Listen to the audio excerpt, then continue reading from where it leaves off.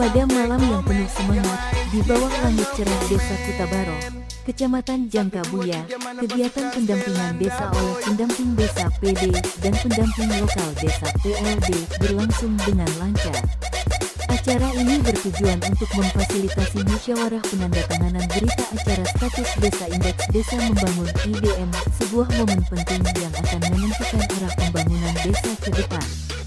Dengan dihadiri oleh kepala desa, perangkat desa, Suhapet, dan kader Posyandu, suasana malam itu dipenuhi dengan antusiasme dan harapan. Pendamping desa dan pendamping lokal desa membuka acara dengan menjelaskan pentingnya penilaian IDM dalam rangka meningkatkan kesejahteraan masyarakat. Mereka memaparkan data dan informasi yang telah dikumpulkan, menunjukkan berbagai aspek yang telah dinilai, serta memberikan gambaran mengenai status desa saat ini. Diskusi yang intens pun